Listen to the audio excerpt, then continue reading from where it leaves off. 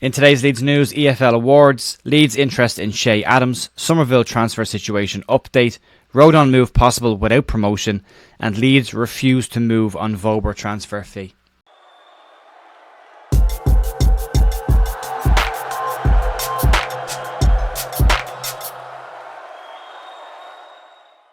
Morning folks, Jay here on Monday morning the 15th of April with your Leeds United news. Hope you're all having a really good day. I have had a nice weekend considering what happened before the weekend. We go into the 3 games left for Leeds. Leicester have a game tomorrow night against West Brom, which might make us all feel a little bit better or a little bit worse depending on how that one goes.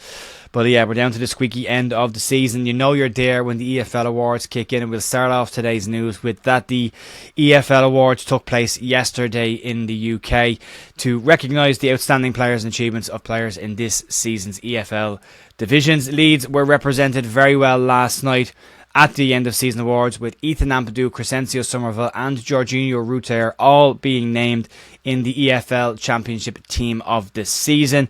The trio have 26 assists, 23 goals and 19 clean sheets to their name between them. Summerville has also been named the Championship's Player of the Year with 17 goals and 8 assists to his name this season, what's been an incredible season for Crease Summerville. And Archie Gray picked up the EFL's Young Player of the Year, making 46 appearances in what has been a debut season to remember for Archie Gray. Hopefully we get the end of a season for these players to really enjoy it. You would hope that maybe this gives them a little confidence booster heading in towards the end of the season, but we'll have to wait and see. Moving on, let's talk about some transfer talk and some very much some rumour at the moment, and that's around a potential striker for Leeds United coming in the summer. According to Team Talk, Leeds are said to be very interested in bringing in Southampton attacker Shay Adams in the summer, as the player is now out of contract at the end of this season with Southampton.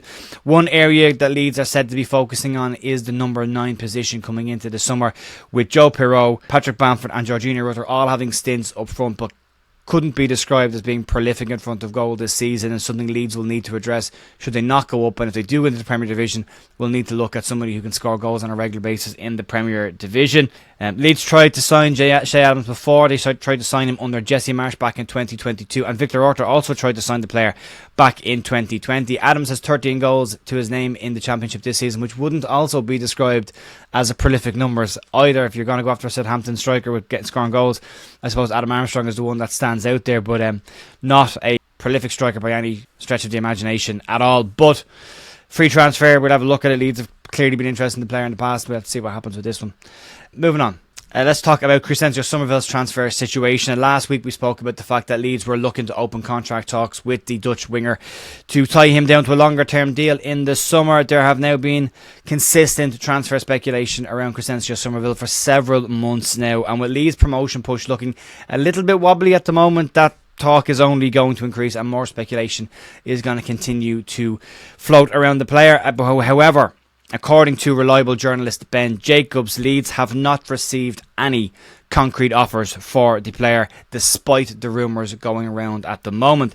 Jacobs said that Leeds' priority is getting back to the Premier League, and if that happens, then Summerville, from what I hear, is very committed to Leeds United. Jacobs went on to say that Summerville is enjoying playing under Daniel Farke and enjoys the style of football that Leeds have right now. And Jacobs went on to say that although there is lots of interest in the player, no talk of valuation or any concrete offers have happened just yet. He finished off by saying that should Leeds get promoted, it is likely that Crescencio Summerville will sign a new deal at the club. He's enjoying his time at Leeds, but wants to focus on the promotion right now, and is currently blanking out all of the noise that we are hearing around rumours for the player. So keeping his head very much focused on the task at hand, and that's what we want to hear. We all need that. We need to be focused, we need to be relaxed. The noise around the players doesn't help at this stage of the year, especially when it's getting a little bit, wobbly and nervy at the moment. So good to hear, but we'll have to see what happens with that situation. And then moving on to potential incoming or at least player who's at Leeds may stay longer. And again, according to Team Talk, they claim that Joe Rodon will be available to Leeds United this summer, roughly for a price tag around £10 million, and promotion will not be needed to get a deal done for the player. Leeds, as we know, are very interested in signing the player down to a long-term deal. They're very happy with what he has done this season, and Rodon himself is said to be very happy playing at Leeds and playing with the likes of Ethan Ampadu, Connor Roberts, who he's friends with as well. Doc believed that a deal can still be done even if Leeds fail to get out of the Championship. There has been a £15 million price tag floating around. That's believed to be the upper scale of the transfer situation should other clubs get interested in it, but there are said to be other clubs interested in the player elsewhere, with Newcastle being name checked on a couple of occasions now as looking at the player as a cheaper option as they look to bring in backup for their defensive situation. Whether Joe Rodon would want to go to Newcastle and play backup, I'm sure he'd get a very healthy wage if he went there, but that situation would need to sort itself out over the next couple of months. Spurs are said to be willing to sell the player in the summer to anybody at this point. They've decided they're moving on from the player, and he will leave Spurs this season.